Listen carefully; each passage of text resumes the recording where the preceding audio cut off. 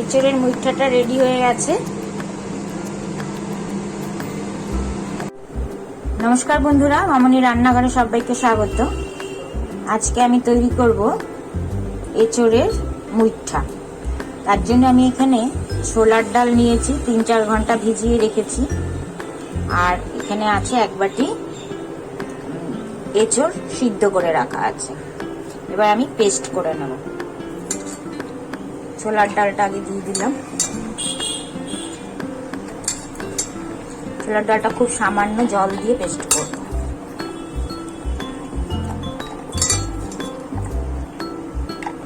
ডালটা আমার পেস্ট হয়ে গেছে।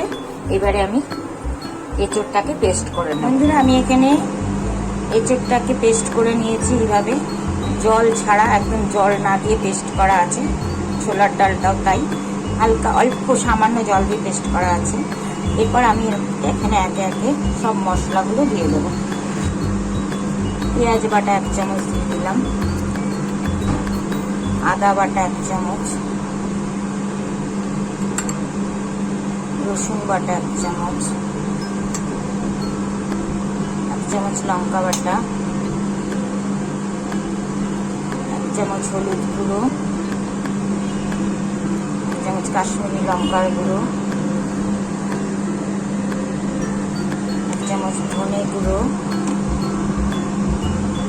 1/2 চামচ জিরে গুঁড়ো। আর এখানে দেবো আমি 1 চামচ নারকেল বাটা। নারকেল টমেটো বেটেছি, সেটার মধ্যে নারকেল বেটেছি বলে লাল লাল হয়েছে। 1 চামচ নারকেল বাটা দিলাম। নারকেল বাটাটা আপনারা আপনাদের ইচ্ছা হলে দেবেন, নাহলে কোনো অসুবিধা নেই। নারকেল বাটা দিলাম। আর দেবো এখানে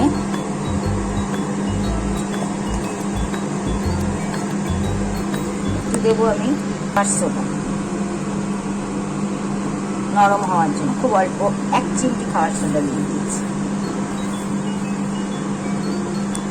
আর দেব নুন, আর এখানে 1/2 চামচ নুন দিলাম।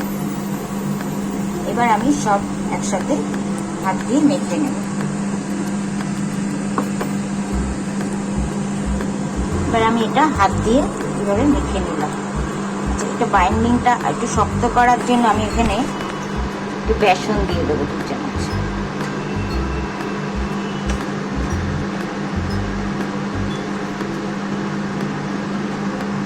বেসন দিয়ে দিলাম। আর আমি এই ডিমটা মিক্স করে গেছিলাম, দিয়ে দিলাম একটা ডিমের মধ্যে। ডিমটা দিয়ে ভালো করে মেখে নেব। মেখে হাতে একটু তেল লাগিয়ে আমি এটা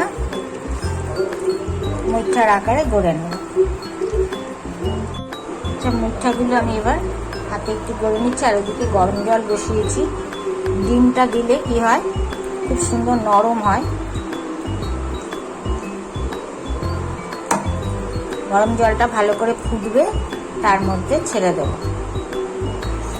জলটা যখন ফুটবে তখন একটু কমিয়ে দিয়ে তারপরে মুঠাগুলো ছাড়বো, নাহলে ছেড়ে যাবে। তারপরে আবার ফ্লেমটা ফুল দিয়ে দেবো। আমি এইভাবে মুঠাগুলো গড়ে নিয়েছি সব। জলটা আমার পুরো ফুটে গেছে। এবার আমি একটু ফ্লেমটা কমিয়ে দেবো।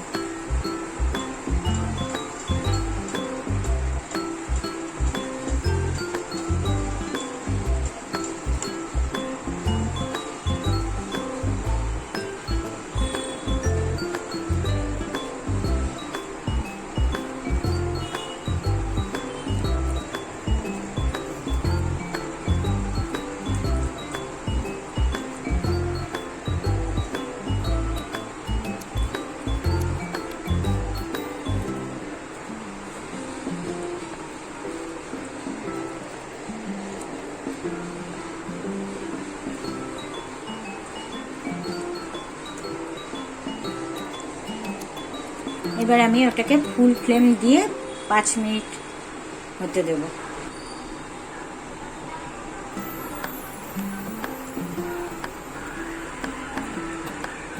ফ্লেমটা ফুল দিয়ে দিয়েছি। এবার এবার হবে এটা ভালো করে ফুটবে। এগুলো জল থেকে তুলে নিলাম সব, এবার তেলে ভেজে নেব। তুলে নিয়েছি সব মুঠাগুলো।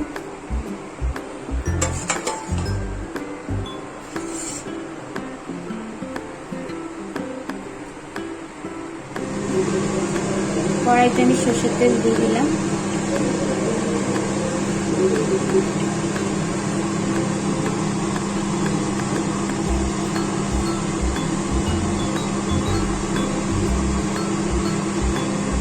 আমি মুঠাগুলো ভাজি, ফ্লেমটা একটু কমিয়ে দিলাম।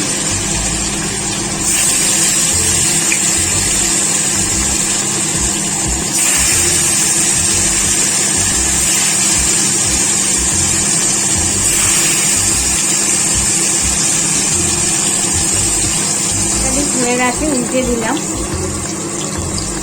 এবার আমি তুলে নেব, খুব বেশি ভাজবো না, শক্ত হয়ে যাবে। মুঠাটা আমার ভাজা হয়ে গেছে, এভাবে ভেজেছি। এবার আমি ওই তেলের মধ্যে আর একটু তেল দেবো, তেলের মধ্যে আর একটু তেল দিয়ে দিলাম।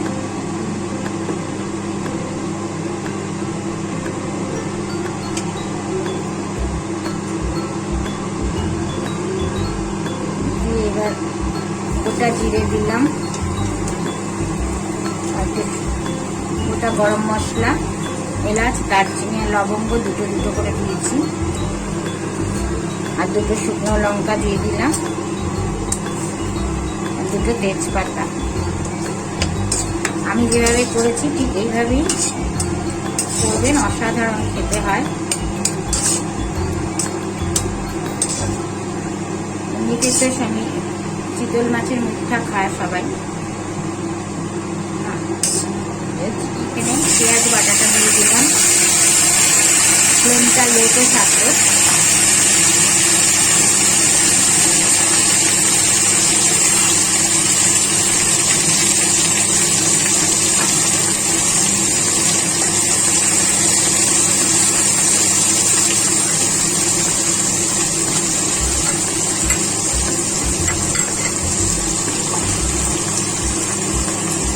রসুন বাটা দিয়ে দিলাম 1 চামচ,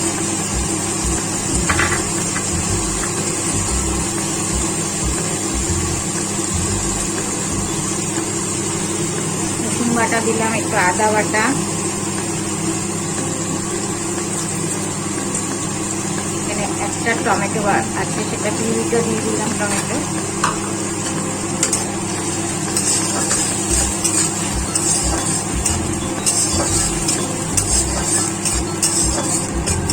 ভালো করে কষিয়ে নেব। দিয়ে দিলাম 1 চামচ হলুদ গুঁড়ো,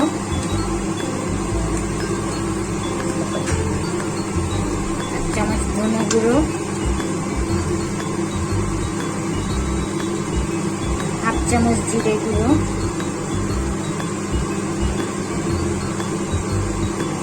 কাশ্মীরি লঙ্কার গুঁড়ো 1 চামচ দিয়ে দিলাম।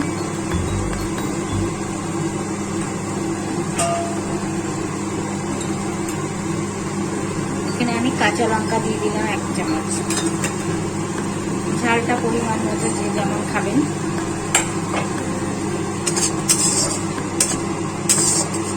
দিয়ে দিলাম।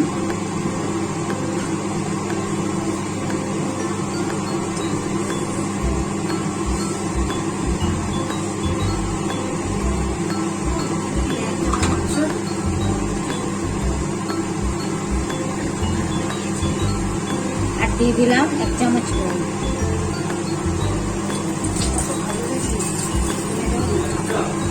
আচ্ছা, এই মশলাটা তেল বেরিয়ে গেছে, এবার আমি জল দিয়ে দেবো। গরম জল দিয়ে দিলাম অনেকটা।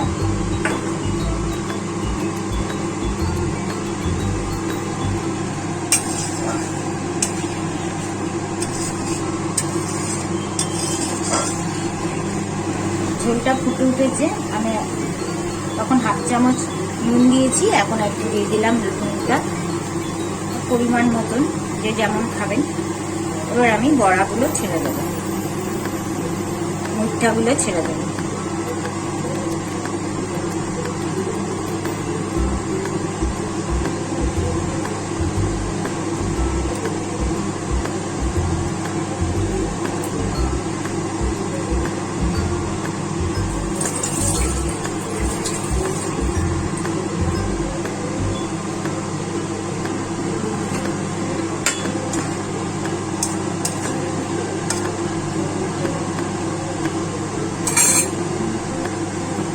ফ্লেমটা ফুল করে দিলাম। এবার একটু ফুটে উঠবে,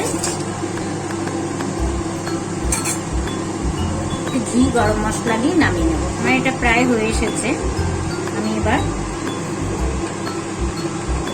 একটু গরম মশলা দিয়ে দিলাম। এর মধ্যে আছে জিরে, ধনে, মৌরি, গোটা গরম মশলা, স্টার অনিশ সব একসাথে, গোলমরিচ, গোটা গোলমরিচ সব একসাথে শুকনো খোলায় ভেজে গুঁড়ো করা, এটা দিয়ে দিলাম। আর হাফ চামচ ঘি দিয়ে দিলাম।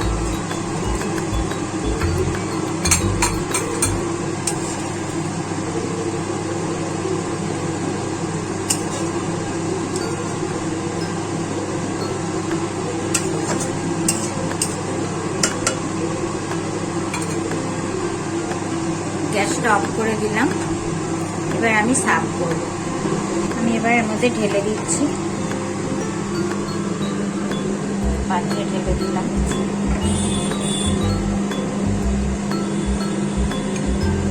এঁচোড়ের মুঠাটা আমার রেডি হয়ে গেছে। ভাত, রুটি সবকিছুর সাথে খুব ভালো যাবে। দেখতেও যেমন হয়েছে, খেতেও অসাধারণ হয়। আমি যেভাবে করেছি ঠিক এইভাবেই করবেন, অপূর্ব সুন্দর খেতে হয়। ভিডিওটা ভালো লাগলে শেয়ার করবেন, লাইক করবেন, কমেন্টস করবেন। ধন্যবাদ।